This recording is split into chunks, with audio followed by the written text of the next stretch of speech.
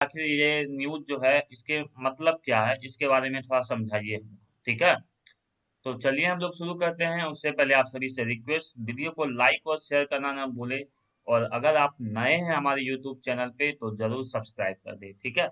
सबसे पहला बात आपको क्लियर होना पड़ेगा ये, ठीक है। बहुत सारे बच्चे जो परेशान हैं, ये जो भी न्यूज है ये यूनिवर्सिटी के अंदर में आता है, ठीक है। ये यूनिवर्सिटीज के बारे में है, ठीक है। और एसबीटी जो है ये एक बोर्ड होता है। एसबीटी जो है एक बोर्ड है, ठीक है। ये किसी यूनिवर्सिटी के अंदर नहीं है। ये आता है तो एआईसीटीई के अंदर आता है। किसके अंदर आता है? एआईसीटीई। लेकिन एक अंदाजा लग जाता है। तो चलिए हम लोग बताते हैं एक एक करके आप लोगों को। थोड़ा ध्यान से वीडियो को लास्ट तक सुनना। दो न्यूज लेके आए हैं आप लोगों के लिए। एक ये भी न्यूज है हमारे पास। तो दोनों के बारे में हम लोग डिस्कस करेंगे अच्छे से, इसलिए वीडियो को लास्ट तक देखें आप लोग, ठीक है। सबसे पहला बात कहा जाता है, पटना विश्वविद्यालय हो या पाटलिपुत्र विश्वविद्यालय, चाहे आर्यभट्ट नॉलेज यूनिवर्सिटी, इस बार उन्होंने मान लिया है, और या तो कहा जाए ठान लिया है, कि वो छात्रों को प्रमोट कर नहीं करेगी। यहाँ पर क्लियरली मेंशन किया जा रहा है कि वो प्रमोट नहीं करेंगे।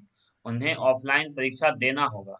अभी देखो फाइनली जहाँ पर फाइनल ईयर लिखा जा रहा है, फाइनल ईयर का तो ऐसे भी होता था एग्जाम, क्लियर नहीं कर रहा है। लेकिन देखो आप, अभी तक क्लियर नहीं कर रहा है, लेकिन एक फाइनल ईयर का ले रहा है, तो आप समझ जाओ कि हम लोगों का जो अदर विश्वविद्यालय हैं, जैसे पटना पटना विश्वविद्यालय, पाटलिपुत्र विश्वविद्यालय, चाहे एकयू है, उनका भी फाइनल ईयर के साथ साथ हो सकता है। और जो हमारे अलग सेमेस्टर हैं, जैसे कि सेकेंड, फोर्थ, फर्स्ट के भी एग्जाम, फोर्थ के एग्जाम और सिक्स के एग्जाम वो ले सकते हैं। तो यहाँ पर लिखा गया है क्लियरली, आप लोग देखो यहाँ पर, कि छात्र जो है, छात्र संगठन बहुत सारे मांग कर रहे हैं प्रमोट करने का, लेकिन विश्वविद्यालय चाहे यूजी हो या पीजी के ऑफलाइन परीक्षा की तैयारी कर रही है। पटना विश्वविद्यालय में थर्ड ईयर की परीक्षा को लेकर फॉर्म भरने की प्रक्रिया शुरू हो चुकी है। मतलब आप एग्जामिनेशन फॉर्म भरने की प्रक्रिया भी शुरू हो चुकी है। कहाँ पर? पटना विश्वविद्यालय में। तो ये भी एक यूनिवर्सिटीज है, ठीक है।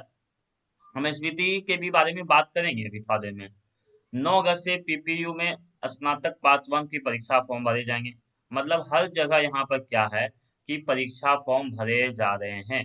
और इस लाइन में लिख दिया है क्लियरली, ठीक है, आप लोग यहाँ पर देख रहे हो यहाँ पर, कि मिली जानकारी के अनुसार जुलाई अंत तक परीक्षा होने के आसार हैं। लेकिन जुलाई नहीं तो अगस्त में हो जाएगा इसका एग्जाम, ठीक है। अगर हालात अगर ऐसे ही सही रहे तो अगस्त में एग्जाम हो सकता है। 6 जुलाई तक लॉकडाउन है, उसके बाद कुछ छूट मिलने के आसार हैं। कैंपस में ऑफलाइन क्लास शुरू करने का भी परमिशन मिल चुका है, तो परीक्षाएं भी लेना आसान हो जाएगा। छात्रों द्वारा लगातार परीक्षा को लेकर विश्वविद्यालय पर दबाव बनाया जा रहा है। सभी की नज़र सरकार की गाइडलाइन पर है। राजभवन ऑनलाइन परीक्षा या प्रमोट करने की कोई गाइडलाइन जारी करती है तो बात अलग है।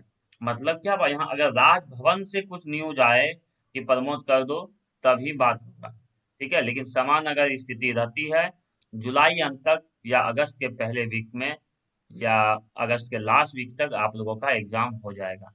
तो ये था हम लोगों का विश्वविद्यालय के बारे में, यूनिवर्सिटीज के बारे में। अब एसबीटी के बारे में क्या प्लान हो सकता है? देखो, यूनिवर्सिटी जब बिहार में लेगा एग्जाम, यूनिवर्सिटी अगर एग्जाम अगर लेता है, तो सिंपली समझ जाओ एसबीटी भी एग्जाम लेने के मूड में रहेगा, ठीक है। मैं आगे बात जो भी हो, जो कोरोना के कारण हालात क्या होते हैं, सरकार क्या गाइडलाइंस निकालती है, वो बात की बात है, ठीक है। मैं अभी बस थोड़ा सा कुछ पॉइंट से बताना चाहता हूँ।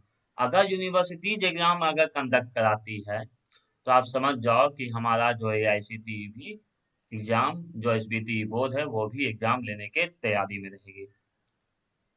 दूसरा बात, एक बात देखो यहाँ पर पेपर में क्लियर किया, राजभवन से अगर कोई गाइडलाइंस आती है, तभी हम लोगों को प्रमोट किया जा सकता है, ठीक है। कह रहा है अब तक राज्य में ऑफलाइन परीक्षा का ही प्रावधान था। ऑनलाइन परीक्षा या प्रमोट करने को लेकर जब तक राजभवन से कोई गाइडलाइन नहीं आती, तब तक ऑफलाइन परीक्षाएं ही ली जाएगी। मतलब अगर राजभवन गाइडलाइंस देती है कि नहीं, आप लोगों का प्रमोट कर दिया जाए, ऑफलाइन परीक्षा नहीं लिया जाए, तभी कुछ बात होगी। तो आप लोग को फोर्स करना पड़ेगा, राजभवन तक बात उठाना पड़ेगा। सरकार द्वारा परीक्षा को छूट मिलते ही सभी परीक्षाएं बारी बारी आयोजित कर ली जाएगी। तो ये सब तो हमारा विश्वविद्यालय के बारे में, एसबीटी के बारे में भी आप लोग समझे। कि अगर यूनिवर्सिटी ये सब विश्वविद्यालय अगर एग्जाम कंडक्ट करा रही है तो आप लोग का भी ज्यादा चांसेस हो जाएगा एग्जाम कंडक्ट करवाने का। ठीक है, दूसरे न्यूज की ओर बढ़ रहे हैं हम लोग। दूसरे न्यूज की ओर बढ़ रहे हैं हम लोग। अभियंत्रण विवि में सिर्फ इंजीनियरिंग कॉलेज रहेंगे। जैसा कि अभी आप लोग देखते होंगे, बिहार में एक यूनिवर्सिटी है आर्यभट्ट नॉलेज यूनिवर्सिटी। इसके अंदर बहुत सारे कॉलेजेस हैं, इंजीनियरिंग के हैं, मेडिकल के भी घुस जाते हैं, फिर बीएड बी फार्मा के भी घुस जाते हैं, बहुत सारे हैं इसमें। ठीक है, तो अब क्या होगा, यहाँ पर हमारे शिक्षा मंत्री ने यहाँ पर डिसीजन लेना, आप थोड़ी ही देर में डिसीजन लेंगे।